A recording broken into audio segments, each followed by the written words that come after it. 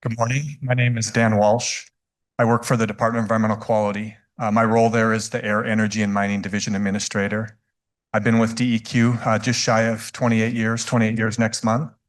And my time at DEQ has been spent between the air program and the mining program.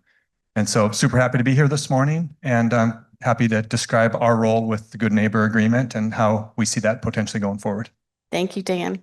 Heather? Hi, everyone. I'm Heather McDowell. I handle legal and external affairs for Sibanye-Stillwater in our Americas region. I actually grew up on a ranch in Bridger, and I spent about 8 years working at Colstrip as a lawyer. So you can imagine, you all know what was happening in Colstrip during those kind of epic years.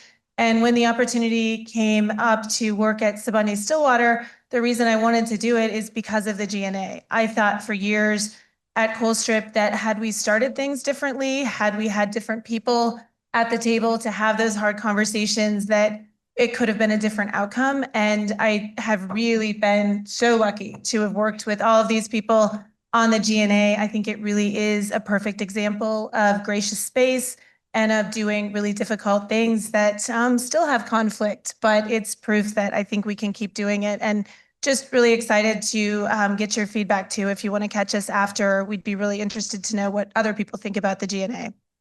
Thank you, Heather. These other two gentlemen probably don't need an introduction, but we'll let them introduce themselves too. Hey, I'm Jerry Iverson. I live on a ranch near Big Timber.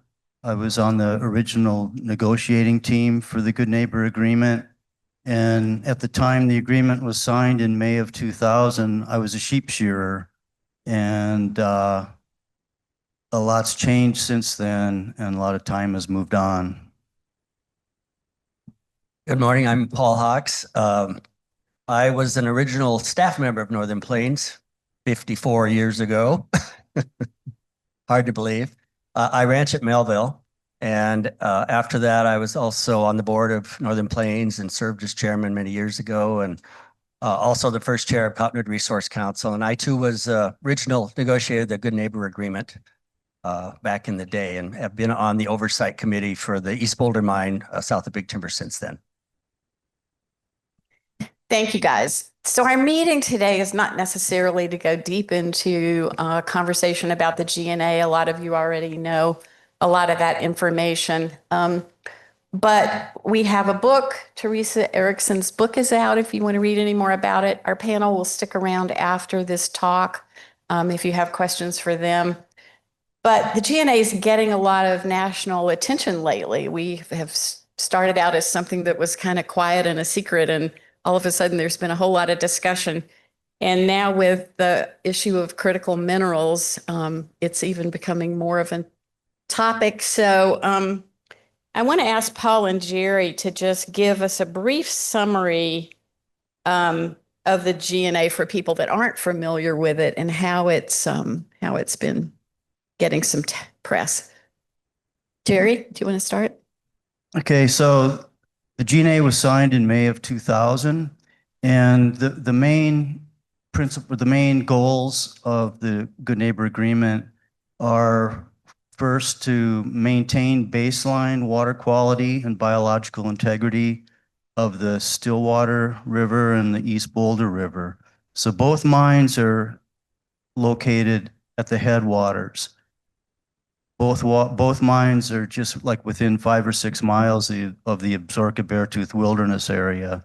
The water in both mines are located where there's no other contributors or influences upstream. So water quality is pristine. We had a really strong baseline data and understanding of the Stillwater River and East Boulder River prior to mine construction, especially at the East Boulder. The Stillwater had already existed, but still have a strong baseline water quality and biological integrity at both places. The Good Neighbor Agreement limits the mine-sponsored housing. At the time of signing, there was discussion of work camps located in Stillwater and Sweetgrass counties, but we wanted the miners to be part of our communities, participate in the schools, the churches, and daily life of our communities. And so we required that if there is mine-sponsored housing, it has to be established within municipalities that already exist. Also, the GNA requires busing and carpooling. So you have very strong traffic plans for both mines. We also require conservation easements to be placed on Stillwater Mining Company private land. They've purchased several thousand acres since inception, and we wanted to prevent the situation where the company can sell their private land for subdivision. So we restrict subdivision on all of their private lands. So we take a proactive precautionary approach and have a rigorous monitoring and mitigation response for all of our water programs.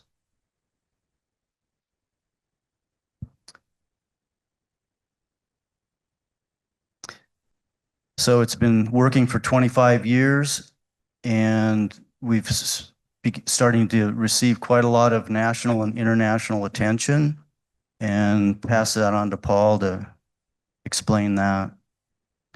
Well, before I get there, I guess I'll say back in the day, the only way we had to deal with this thing was to sue somebody.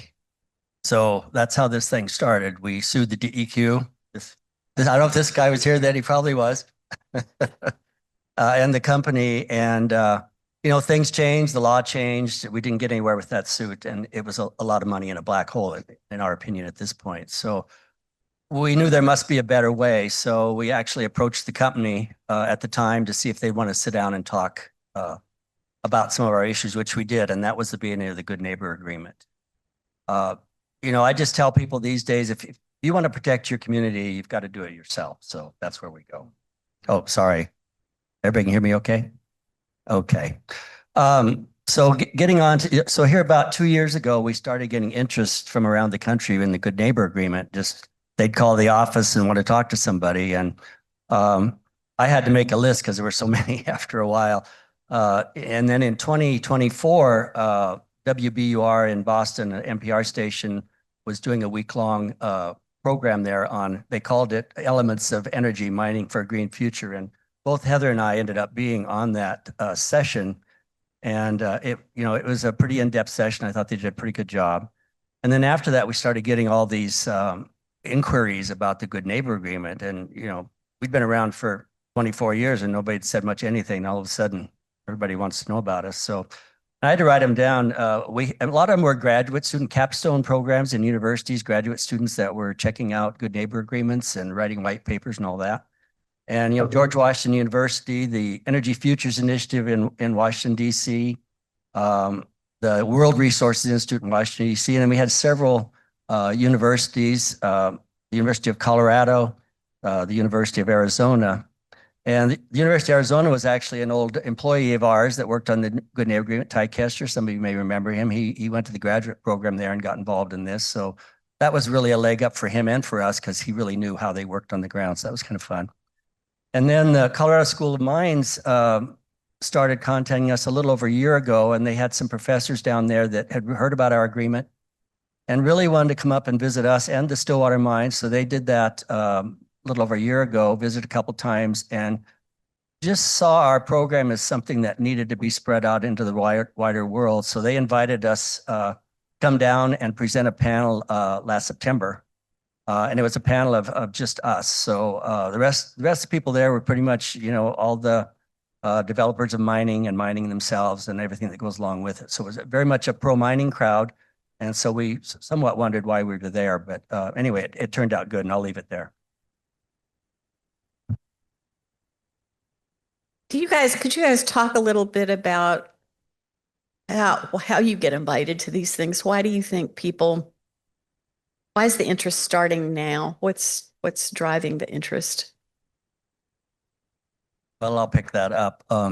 It turns out I thought it was because of this WBUR program that we were getting interested in this thing. And it turns out that as all this mining was being talked about to satisfy the electric car market and so-called green mining, people were looking about how do communities fit into this thing? And they were recognizing there's a lot of impacts to communities, and the present system really is not set up to allow those communities to defend themselves and to play into the program. So what it was all these universities and think tanks were looking into to community benefit agreements to see what could be done as this thing moves out to give the communities a voice. And so it turns out that was the drive. And when they were looking around at the various CBAs that have been written over the last 20 years or so, most of them didn't exist anymore. They'd fallen apart over time. And our Good Neighbor Agreement rose to the top. It's been around for 25 years. There's not been a lawsuit between us in 25 years. And, there's a couple of reasons why this works, I think. We have 2 votes on either side on our oversight committees, 2 votes for the mine and 2 votes for our organizations. And when you don't get 3 votes, you can't move ahead with whatever you're trying to take care of within the mining operation. And what that's done is made us sit at the table and hear the other people and listen to their concerns, them to us. And we sit there until we figure it out. And that was pretty prescient at the time. I mean, wow. I mean, how do you do that sort of thing? But you've got to sit and talk to the other side and learn what their concerns are. And so I think that was a lot of the interest. Jerry, you recently made a trip down to Colorado School of Mines. Can you tell us a little bit about what they're doing down there and what that program looks like? It was a symposium on critical mineral development. I mean, everybody knows and has heard a lot in the news about the urgency for and shortages of supply for minerals that are used in batteries, computer chips, power transmission. And this was a symposium on developing and providing those minerals for the demands. And it was the main lesson that I took away from the symposium was that that there's just an unchecked urgency to develop, mainly for like national security and public demand. And so the message was just from the mining community was just like, get out of the way, we're going to develop. And our participation was to say there are community interests as well. And so that's where the Good Neighbor Agreement was of interest, and the Colorado School of Mines is interested in starting a Good Neighbor Agreement Center for being a locus of information and access to affected communities. But I think we need to learn more about critical minerals and what they are and what the demands are in our own state. So I was wondering, Dan, could you speak to critical minerals? Certainly, yes. So we're at the state level also hearing a lot about critical minerals. And so for us, the division that I work in regulates the 3 basic types of mining in Montana. So coal mining, hard rock mining, and open cut mining. And our assessment at this point is that critical minerals are an activity of mining that would fall under the Metal Mine Reclamation Act, which is our hard rock mining program. And so much like the program that Sibanye operates under, there's application requirements, there's a review process, there's a environmental review process, and certainly public involvement in that. But there is lots of discussion at this point about critical minerals. Some of those minerals fall in the traditional mining that has happened in the state of Montana. Some others are areas that we haven't seen so much. In that instance, it's rare earth elements, which are just a subset of critical minerals. And the difference with that is a lot of the focus of that type of mining appears to be on sludges from mine waste and or water from previous mining. And so that'll be a new thing that we work through as we potentially get applications in the future to apply those Metal Mine Reclamation Act statutes to that type of mining proposal. Heather, I had a conversation with you a while back about critical minerals. I think it was because there was being money given to new mines, to startup mines, to mine critical minerals. And you told me that you guys were already mining, you already had a hand in that. You want to talk a little bit about how it affects Stillwater Mine? Yeah, so we are mining platinum and palladium at our two mines and our metals processing facility. We also recycle a bunch of palladium and platinum. So for the 10 years before 2022, when the markets really went haywire, we had actually recycled more platinum and palladium than we had mined for each of those 10 years. So all of our product is used in autocats and catalytic converters in mobile vehicles in the US. And so right now, inevitably, we are recycling our own mine material from vehicles that were scrapped, that were 90s models when catalytic converters, first started to go into effect. So there are 60 critical minerals now on the critical minerals list. The list was just updated this week. The final list just came out after a comment period on Thursday, I think. So of the 60, there are very, very few that are actually being produced and then refined to the 99th percentile or whatever for final production or final use. Our platinum and palladium are one of those really few, probably 10 of those elements on the periodic table that qualify as critical minerals are actually then refined and used in the US. And so when you start looking at the periodic table and you say, where are these things coming from? Well, I mean, the sources are obvious. They're coming from China. They're coming from, Brazil, Mongolia, Indonesia, areas that inevitably have very low environmental and social standards. So when I think about how we're going to do this in the US, we need to do it really just like we're doing it here, where we want to be robustly regulated. We don't want to roll back and rescind environmental regulations, except for maybe nutrients, Dan. That might be, that's one area where, that's a disaster. We can all agree it's now fully a disaster. But, we want to be robust. We want to be robustly regulated because then our stakeholders have confidence. So when we're producing critical minerals here, we've got the GNA, we've got these guys watchdogging us very heartily. We have unionized labor. We're very happy to have unionized labor. We've killed the right to work bill in Montana now the last 3 sessions. And we have a tax scheme in Montana that takes our revenue-based tax money and shares it with our local governments. I think it's the most sophisticated way to share mining proceeds in the country. So when we think about how we're going to get the things we need in the US, we are going to have to do much more of what we're doing here. Because you'll see, and if you've been reading the news, you will have seen we have been hit exceptionally hard by dramatically dropped palladium prices. As soon as Russia, who produces 45% of palladium globally, invaded Ukraine and stockpiles were released and more Russian materials started coming into the US, palladium prices dropped by 50%. And I think everybody probably saw, we had the horrific task of laying off 640 well-paying positions. And I think the only way we're going to get to where we can actually get critical minerals out of the ground, how they need to come in the US and recycle them. I mean, obviously that's what we are really moving towards, is how do we then take those already mined minerals decades ago and recycle them. But it's going to have to be through these bits of collaboration, because all the projects that are being funded now, if you look at projects that are getting, kind of government go ahead under, this regime, which I find it very actually insane that someone would offer up a permit in 12 days. But, that's what's happening. But even then, the projects that we're trying to going in the US are ones that are years out. They're Greenfields project. They haven't even been permitted or cited. They're doing pre-feasibility analyses right now. So I think just kind of looking back to where we go to get these things so that we're not relying on China and Russia, it's going to take a lot more of this. Otherwise, you look at projects, we at East Boulder have the last permit, the last Forest Service issued permit on Forest Service land in the US where the mine actually made it to production, and our permit was issued in 1998. So all the rest of the projects that you hear about have been in decades of litigation.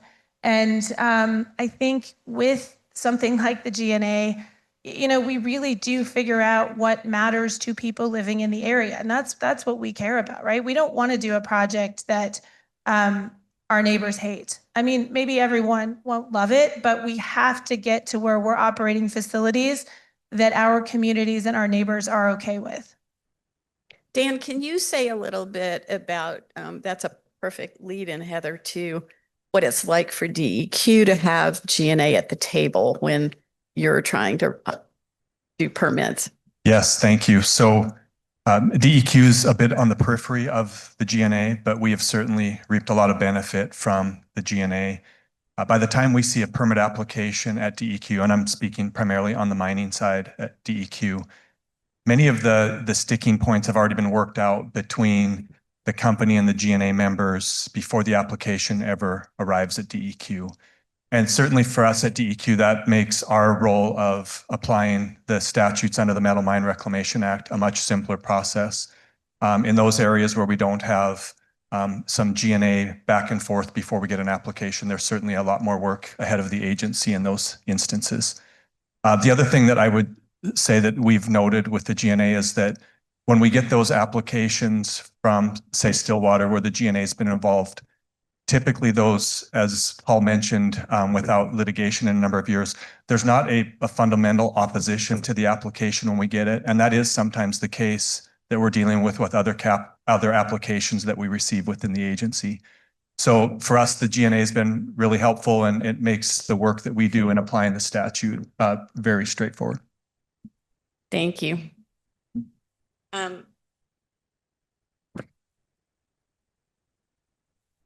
So just for example, we're currently going in through, as you've been aware, the last 2021 and 2023 legislatures, there were proposed changes to the Montana water quality laws and moved from numeric standard to narrative standard. There was a lot of publicity, a lot of controversy about that.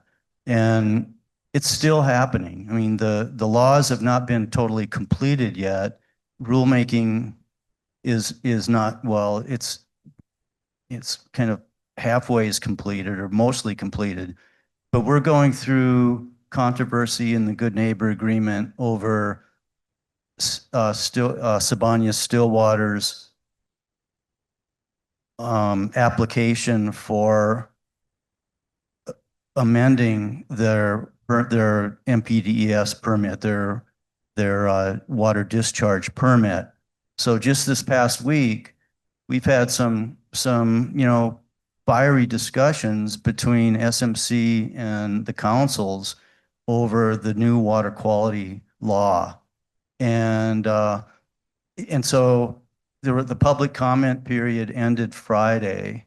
So in the last week, we've had these discussions, and one of the deals about the Good Neighbor Agreement is that in applications for permit amendments or new permits, the company has to allow the councils to read the permit application prior to it being submitted to the state. And so we went through that process of reading SMC's proposal to change the MPDS permit, and then SMC was allowed to read the council's comments on the permit application. So there was disagreement between the councils and the company on what the councils should say in their comments. It's ongoing. It's like a dynamic relationship, even 25 years later. It's not just a two-way conversation either, which is kind of the premise that we started out with. It's a three-way conversation or a four-way conversation, and each participant is dealing with laws that were made by people who aren't scientists. And so everybody gets stuck trying to interpret what that all means, and it's complicated. And there are hard conversations that go on, and the importance of this is staying at the table and continuing to work on it. That's the reason the GNA, I think, has been successful. Paul? Yeah, I'll address that a little bit. The old way of doing things, or the typical way of doing things, involves a lot of politics. And anytime you're dealing with the legislature or changes in law, it's politics. And frankly, that's why we just pulled out of the system and to see if we could get an agreement directly with the company. And so we have our own standards within our GNA that so far we've been able to agree on and uphold. And to be able to have a relationship where you can just sit down with the people you're dealing with and have frank conversations and say what you need to say, but we stay at the table until we can come up with something that might work for both of us. And, you know, to go back to that political system, it changes from year to year. I mean, we thought we had some of these things settled 20 years ago, and then somebody comes in, weakens the law, and here we are again. And we just kind of got tired of that system. You know, there's got to be a better way for communities to protect themselves, and real conversations with the developers that come in with community members is where we need to go. And, you know, I think this is a good example of something that so far has worked pretty darn well. And we had to give up our right to sue the company under the Good Neighbor Agreement, under any water quality laws they had in Montana. And that was a big pill to swallow, because back then we didn't even know if we could trust them, even though we had an agreement, and they didn't know if they could trust us. And it took 5 years to kind of work that stuff through. But, you know, we sit at the table now and we can kind of say what we need to say, and they can say what they need to say. And Jerry and I, who are, you know, we don't know much about, you know, the dealings of the law and the science of the law, but part of what the Good Neighbor Agreement does is it hires us 2 technical experts, water quality and mining, that we've had for all these years. And we wanted to participate in this thing as an educated body. And to do that, we needed to know information. And our technical experts are involved deep within the mining development in terms of when they have meetings about what they're going to do in the future. And it's just critical to have that, because we knew right at the beginning that, you know, we didn't know enough about mining to really be an educated part of that program. And we really needed to be serious about what we were doing. Heather, you said that you actually came to Sibanye-Stillwater because you knew of the GNA. And you've been a gift because you do value it and you're at the table with that state of mind. Can you say a little bit about how you think the GNA, how SMC benefits from working with the GNA? Yeah, well, as a corporate lawyer, I would tell you litigation is not really the answer to anything. It's, you know, I'm a risk manager. That's my job. It's to manage risk. And if you end up in litigation, you lose control of your risk, right? I mean, you have options, but I think that is the biggest issue. I mean, I hope this table's wood, because I always knock on wood. I mean, we're operating 2 very large mines. They're underground, but we still have large surface operations. We have a large processing facility in Columbus. We haven't had any environmental litigation for 25 years. Probably going to change with nutrients, so I hope I'm gonna have to like put it in its own category. But it is such a luxury. I mean, the advantage you have as a corporate entity managing all of the risk that we manage, right? I mean, we manage, you know, now we only have about 1,050 employees, but at one point we had almost 2,000 employees. And to have the ability to sit down with humans who are kind, who have good judgment, who, you know, we all have varying views on varying things. And we've agreed to do a lot of things that are above and beyond what the law would require us to do. On water quality, for instance, when we look at our adaptive management plan, we are managing to limits that are, you know, really a fifth of, you know, state standards. So, I mean, we are managing down in the areas where, you know, no one would have to actually take action for constituents of that concentration. But we want to, because if we can address the problem now with these guys, then, you know, we don't have to worry about what a judge is going to say. We can plan for it. And I think that's the best benefit, is that as any entity, whether you're running a ranch or you're running, you know, a small business or a big business like ours, what you need is certainty. And we would trade off a lot of stuff to have the certainty that when we need to, you know, when we have an issue come up, we can get together and we can solve it. So I think that's been the biggest benefit, obviously, but I think just conducting business in that way, where early on we were really put into transparency. I think everyone gets in the habit of everything that we do or write or produce, these guys are going to see and we're going to talk to them about it. I think it really creates a habit of transparency. And so whenever we get questions, you know, from our community, we are very open about it, and we've created a culture that really has had to be. So there's really no harm in inviting people in, showing them what we're doing, answering questions, because we've had a 25-year history of where other corporate entities would be vehemently protecting under attorney-client privilege probably 80% of what we do with the G&A. We've already had to put it out there, and I think it's been such a good culture move for all of us, because it really has created a culture of transparency and openness in addition to avoiding litigation. I think that is also one of the reasons that people stay on the G&A committee and work as hard as they do. It's a heavy lift. I mean, there's months when we are putting 40 hours in just to try to get through all the things we have to read. But when you go to the table and you have those conversations and you come out with resolutions that you've won some things, they've won some things, we've decided together what the best path is, it's very rewarding. So a pitch for anybody that's interested. It's a very, very rewarding task force to be on. Dan, what does DEQ see in the way of problems coming up with the critical mineral issue? Are you anticipating? Yeah, certainly.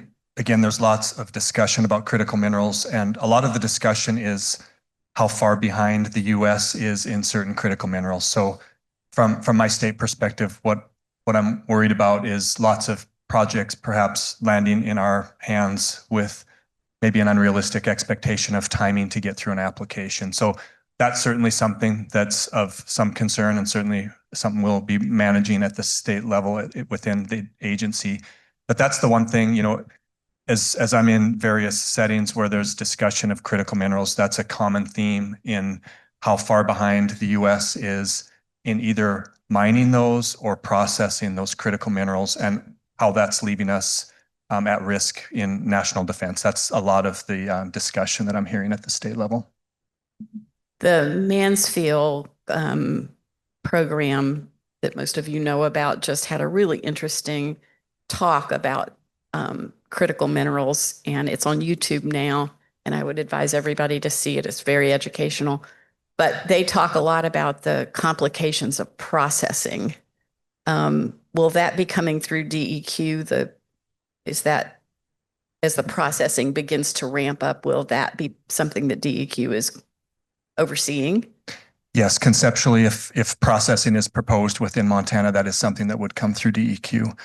As well as just trying to retrieve the raw minerals. Either one of those activities and or both is something that would come through DEQ. Is there any processing going on in the US now that you know of? Maybe Heather can speak to that. She's Yeah, I mean, like I said before, I mean, we are one of the really few entities. We own our platinum, palladium, and we recycle a little bit of rhodium as well. We own it all the way up to the 99th percentile. We refine it in Columbus to about 65% concentrate, and then sort of terrifyingly, our entire revenue stream goes out in 5-gallon buckets via common carriers. So that's when you start talking about precious metals, that's how small the quantity actually is. And but we're one of, again, probably less than 10 elements that, and 10 companies. You know, there's a company doing beryllium, there's some zinc in the US, there's a little bit of lithium in the US, there's us doing platinum, palladium, and rhodium, there's some tungsten.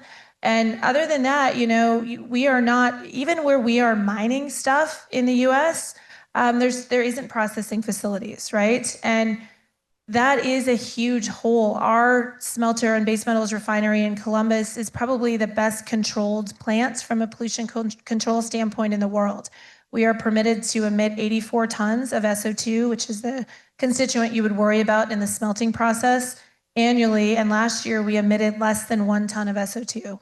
We have the pollution control equipment that is modernized, and it's what you need for that.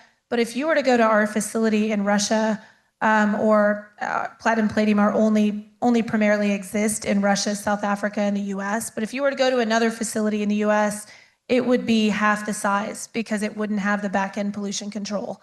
And that's, you know, massive concern for us, how difficult it is to do processing in the US. And often it's not that it couldn't get permitted or that, you know, we absolutely have the technical know-how to do this in the US. But then when you get into it, when you look at our costs and you look at our situation with the palladium market, The real issue then becomes if, we can do all of this work in the US under robust standards with, fair labor practices, fair human rights practices, which is how it should be done. But then you get into a problem of, is it going to be commercially viable? And are you going to be able to make money selling that product that you did under these standards, that you created under these standards, which we think is absolutely how it should be done? And are you going to be able to compete with the products that were produced where, you can go look at the Russian operations from the space station and you can see the environmental scar that's left on Siberia because of those operations. And it's horrific. It truly is horrific. So I think that's where we're at in the US. we really believe that it is going to take government-private partnership to ensure that we do the projects in the US that can be done under our environmental standards. These should not be pushed. I again think it is absolutely ridiculous to issue a permit in 12 days. We have to put robust science to these projects, but where we can do the projects and where we can do it without environmental impact and where we can do it with positive social impact, then I think we're going to need government partnership in order to do it in a commercially viable way, because the competition is, Russia and China and all the areas without standards. Right. Jerry and Paul, how do you see the GNA playing a part in this?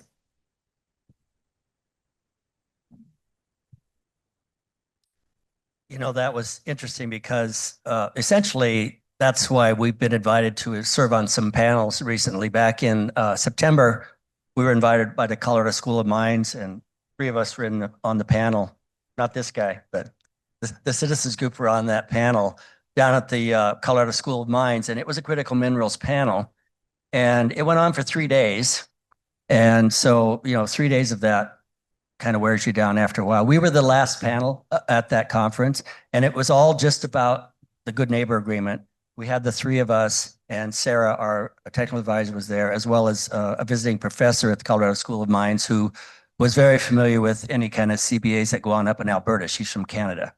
And that panel was the last of the day. And the thing that struck me about that is, some of the stuff that was presented there was pretty depressing in terms of communities and what people are wanting to do just to provide all the electricity needed for these data centers and so on. And so our host there said, don't be surprised if you look out on this last panel a day after 3 days, people are just tired of it. Don't be surprised if a lot of people leave the room. And also those that stay will just be talking to each other. They may not pay any attention. Well, nobody left the room when we got up to talk. And they were very quiet and they took it in. And afterwards, our hosts and others came over and said, this is a really important conversation we need to have. And you had their attention.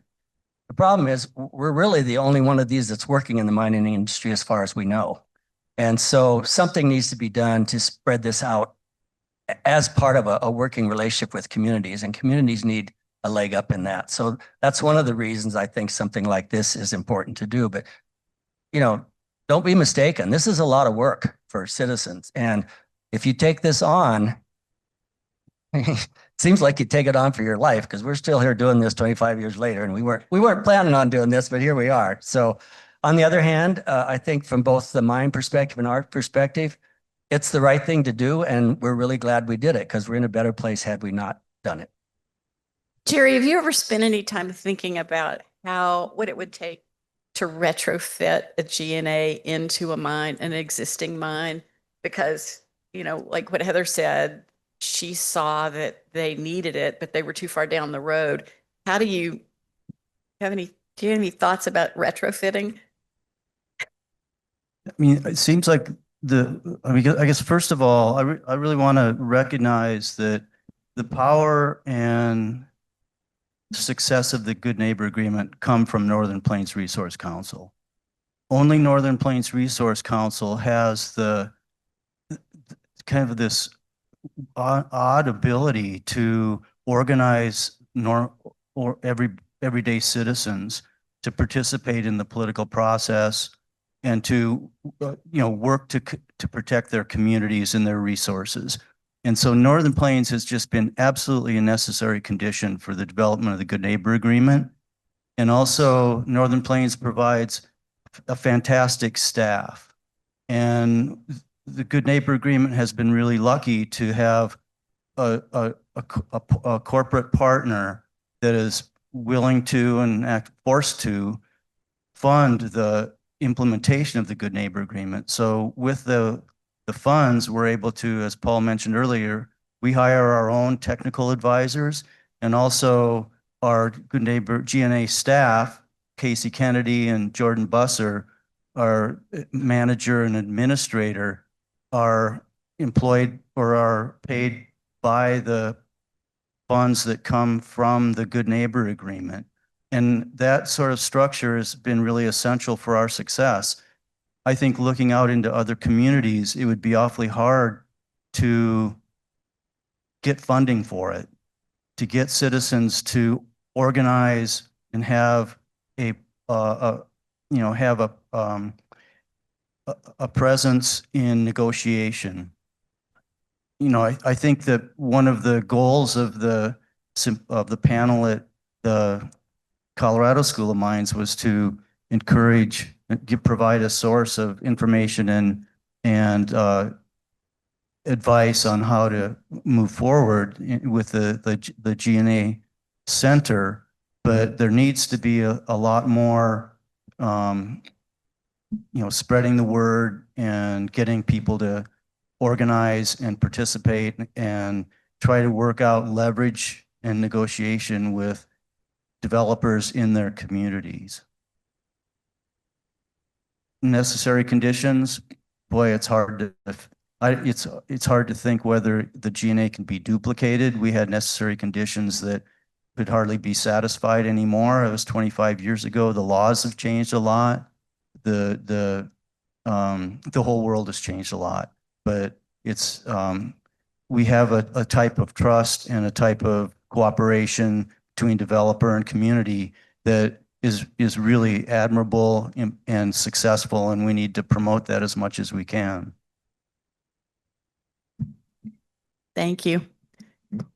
We started early, and so we're going to wrap up a little bit early, but I just wanted to ask if there was anything that any of you would like to offer about moving forward, perceptions about how this works, why it works, how it could be better. Well, maybe I would just tack on to Jerry. I've been looking out at all of you. The first GNA meeting I went to 8 years ago, my first thought is, when you're looking at what are the risks and how do we avert them, is succession planning in the GNA. Because I look at, Deb has gone really lightly on the obligations. This is like a full-time job for these guys, and they're volunteering, and that concerns us immensely. So I'm looking out there thinking, okay, who's going to volunteer next? Because that to me is the biggest risk to the continuity of the GNA, is that it is very individual reliant. I think absolutely right, could not be done without Northern Plains. Northern Plains has the credibility. I should have said that earlier. We also haven't had litigation from other environmental groups, which is really phenomenal. The agreement is with Northern Plains and its 2 subsidiaries, but we haven't because you all have credibility. So we've definitely had lots of instances, or at least, a handful of instances that could have been quite significant, where other groups would go poking around and come and talk to these guys or talk to, the head of Northern Plains at the time. And that is the most valuable thing, is that your organization has credibility to also then have credibility with your, your sister environmental and community organizations. But I worry very much about who's going to take over for all of these guys. So I hope you are all worried about it too now. That's why I went on light on the amount of time that it takes. We're still accepting volunteers. I'll chime into that. I hadn't met Dan before until we had our 25th wedding anniversary. Seems like it's a That was no mistake. oh boy, maybe I just better It does stop. feel like a marriage sometimes, but don't, mine was bad. So Anyway, when I came into this and early on in Northern Plains, I was under the assumption that because of state law, DEQ would protect my community. It was a false hope, and it's an erroneous assumption. DEQ tries to uphold the law. And the problem is the law changes all the time, and it's usually not in our favor. And so what we learned is the only one that can protect your community is you. Don't expect someone to come in and do it, which means at some point, somebody has to make a decision to stand up and do that work. And we've done it in this agreement. And, you know, I was invited down to the California Economic Summit this last month. And that came about because Maggie happened to know the person who was the CEO of that. And she was invited to come and says, you know, you guys could talk a lot better about this than I could. So I went down to that. And, you know, my message, you know, it was an economic summit. I don't know anything about opportunity zones and how you bring money in, but that's what it was all about. And it was all about small communities in the Central Valley. It was located in Stockton, and that's right at the top of the Central Valley. 800 people there. I'd never been in a situation that big before.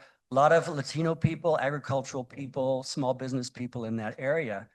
And that's the message I gave them. I said, you know, you cannot expect somebody else to come in and do your work for you. You need to protect your own community. And I said, part of the reason that works, and Jerry alluded to it, is we have Northern Plains Resource Council. They've taught us how to stand up and be our own speakers and leaders, and you got to have it. And you need somebody behind you, and we have Northern Plains. And that was the message I gave there. And there were a lot of young people there, which was really nice. A lot of 30-something peoples there. And it was 3 days of this stuff, just one after another, and pretty overwhelming. And as I stood in the back of the room of these things after I gave my talk, several young people had come by and said, thank you for telling us that. And thank you for your message. And that was the same message. I mean, you guys are here, and you're here because you're concerned about your communities. And, you know, you need to be organized. You need to have somebody that can help you get the facts and do that important things here for that. And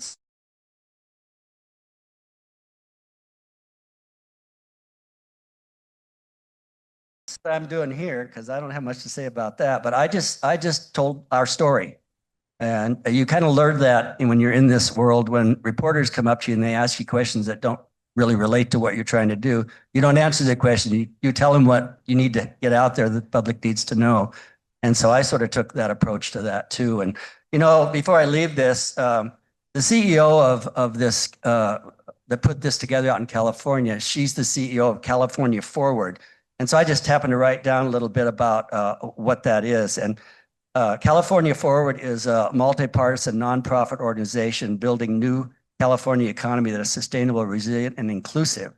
And she, before that, was also worked in the Department of Energy in DC. And her job was to set out the framework for community benefit agreements. And so that's why she saw us and wanted us to come there, even though we weren't talking specifically about economies. I'll just read the quote she put in there.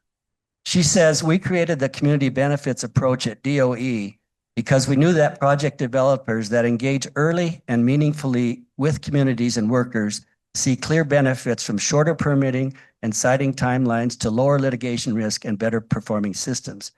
As we transition our entire economy to more sustainable and resilient infrastructure and projects, it's critically important to do so in collaboration with people and places. Even if the community benefit approach isn't used at the federal level in coming years, developers are continuing to do the work because they see the benefits on the ground. And the whole idea that community benefits, there was a time, and I suspect it's been suspended now, but the infrastructure, whatever it's called, the IRA Reduction Act, where money was given out for certain things, actually provided money for community benefit agreements. And if you wanted to get money from the federal government, you had to come up with a plan. And I'm not sure that's the case, but it's based on what we've done without that sort of push. I'd like to follow up on Paul's reference to DEQ and the kind of the role of DEQ and the guidelines of DEQ. And Pat asked Dan about the, you know, what is the relation between law and permitting and political influence within the department and between the department and the legislature and executive branch. Because Northern Plains has targeted DEQ for many, many years. I mean, 40, 50 years, 60 years. But I think Paul brought up a good point about the role of DEQ. Well, that's an easy one to end on. So So yeah, I appreciate the discussion on DEQ's role, and it's worth reiterating. So many people hear Department of Environmental Quality and they just assume or they apply their perception of what the role of the agency is. But really the agency is given, law that's passed by the legislature, and we are, presented with this law to basically apply applications and different submittals against that law. And if those applications are in compliance with the law, then we move forward with the permitting process and public comment and those types of things. So it isn't uncommon for people to be really frustrated with DEQ, thinking that we have authority to do something that we have not been granted authority to do. So I think that's one very important message to leave here. So, it's important that you understand what's behind the law. I will say with the Good Neighbor Agreement, what that does also create is an opportunity to work with a company, for example, and do things that maybe are a little bit beyond what was contemplated by the law. And that's where I think with that relationship that you might have with a company, that you can do things that maybe didn't make it through a legislative committee or something. And with your relationship with a company, you might be able to, get some different things in place that are agreeable to not only GNA, but also to the company. Does anybody else have another comment to make? Yeah, I'll add on to that. And I didn't think this would ever come out of my mouth, but it came out of my mouth down in California. I said, because of the program we've set up, we're involved in that permitting process before it ever goes in to get the permit. And what we're working toward, and we have knockdown drag out sometimes about what we expect. But before we send it in, we come to a place of that we can support that agreement because it's dealt with a lot of the issues. So rather than going in fighting the agreement, we tend to go in having worked it through and being able to support the approach they're taking. And that's a lot of work sometimes. And I think that's what Dan's referring to when he says when the DEQ gets this thing, they already know that we've vetted a lot of it through our program. I think that's a really good summation of what we see. Coming to the table and being able to have the hard conversation yourself is one thing. Dealing with facts that none of us may like, or some of us might like and others don't, and walking away to come back another day and have another conversation is really a gift in these hard times. And we see that happening, I think, with DEQ and with Stillwater Mine and the Good Neighbor Agreement all the time. And we appreciate you guys staying at the table with us. And we appreciate those that have been there for 25 years, and more than just Jerry and Paul. I know there's people out there that have been involved in this a long time, but it takes continuity. And I think Heather's very perceptive in that we really need to keep the continuity and the culture up. One of the most impressive things to me when I started about 2.5 years ago was I'm a retired clinical social worker by practice. So I was not willing to sit and have unproductive, angry conversations, but I was worth giving it a try. And these are productive, respectful conversations that take place with everybody on this stage. So thank you. Yeah.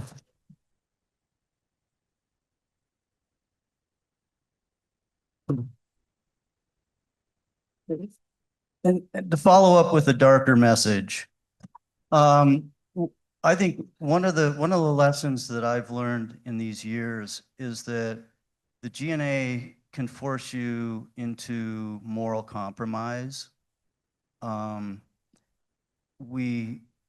Traditionally, Northern Plains stands up for principles and for the development of certain projects. Just yesterday, we passed resolutions against nuclear energy development and uranium mining in Montana, and also the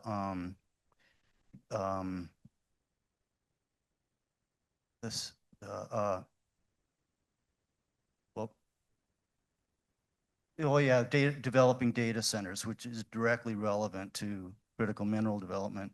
Anyway, so we take principled stands, put them into words and into resolutions, and that guides the organization and membership for a year or 10 years or whatever. but the GNA has put us into a position where we have to negotiate with our traditional adversaries. And it's not an easy thing to do. You can't, because you have to allow some water contamination. You have to allow some traffic exceedances. You have to allow conflicts between the union and the company. And like a really recent conflict just last year, the East Boulder mine went through a 2.5 year EIS process to permit the development of a new tailings storage facility and a new waste rock storage facility at the East Boulder mine in a very limited permit area space with some pretty strong local opposition. And there was a public hearing about with the local, with a public hearing concerning this EIS process and permit application, and the council stood up and defended SMC and advocated for the passage of the proposed project to allow a new tailing storage facility, a new waste rock storage facility close to the wilderness. And some of the local community felt really threatened by that. In the old days, it would have been, yeah, we'd have been with that community, but instead we got up and advocated to the agencies for the permitting of the East Boulder Mine EIS. And God, that hurts. And it's a kind of a stain. It's kind of a hard on your soul, but that's what we do. And that's part of what the membership of Northern Plains has kind of charged us with, is that you implement that agreement, and that's what we do. Okay, I've got to come in here a little bit too. This whole Just when I thought we were on time. oh, this will be pretty short. The operative word here is trust. And that's why we're all here. Because we want to represent our community. We want to trust that when somebody comes in, they're gonna keep our community good, and then they're gonna protect us. And that's kind of a false assumption. But if you can figure out a way to have a relationship with the developers coming in and develop that trust, and sitting here for 25 years, you have to have trust, or we still wouldn't be sitting here. But trust is a elusive thing that doesn't take much to break it. And luckily, we've set this up where we've been at the table on some issues for a couple of years, just arguing back and forth. Not so much these days, but in the early days. And we kept coming back and working it out. And eventually you give in some things, you get to understand what the other side is arguing for, and so you see each other's point of view. And out of that, if you want it to work, you got to find somewhere that both of you can live with. And that means you got to keep that trust factor there. And, it only takes one time to break trust. And so we're hanging on that thread that we can still trust this process. But, it could go the other way anytime, I suppose. It would be a loss for all sides if that happens. But I'm just telling you, trust is an ever-changing thing as well. Yeah, and I think you could box those two conversations in Jerry's blackened soul and say that is the magic of the GNA. We get a lot of inquiries from other entities, whether it's in mining or whatever extraction business. It is, how do we get this? A lot of entities want something like this, obviously, right? There's a lot of benefits to it. And, to me, the biggest, most challenging piece of it is, how do you find an organization who's going to allow a project to go forward? And I think that's what's unique about our project. And I think you can go back in time and say, well, could you do it again if it was a Greensfield project? And I don't know. It's a massive privilege to mine where we do, to operate where we do. It's the most beautiful place in the world. But I think when you get to the end of it, to us, it's about rural vitality. It's about, when I see the kids get off the bus at Columbus or Absaroka, or I was underground a couple of weeks ago with our trade lawyer who's working on our trade case, and was joking with, hourly guy who took it, the miner who took us around, who's I've known him forever. And, we're just joking. I mean, well, we're doing these jobs so we can have cows, right? I think that is the magic of all of it, is that we actually are a community. We all really do want the same things. I mean, truly, our miners and I are both, going to work so we can afford our cows. And I think that is what's special about Northern Plains. And I do hope, I'll do a little advocating. I do hope as you look at what other things might come into Montana, to just remember that if you get the right people working on it, and if it's the right project, and there's a lot of projects that shouldn't be done. When I look at the critical minerals projects and I look at the ones that are getting DOD funding now, I'm thinking, God, I don't envy you guys, because I've seen the people who come in and want to develop stuff in Montana, and like 90% of it should not be done. But when there's a real legitimate project that is going to make a community, just think about how you feel when you drive down Main Street in Big Timber, or again, watch those kids play high school basketball, where you're at a school that has, even in our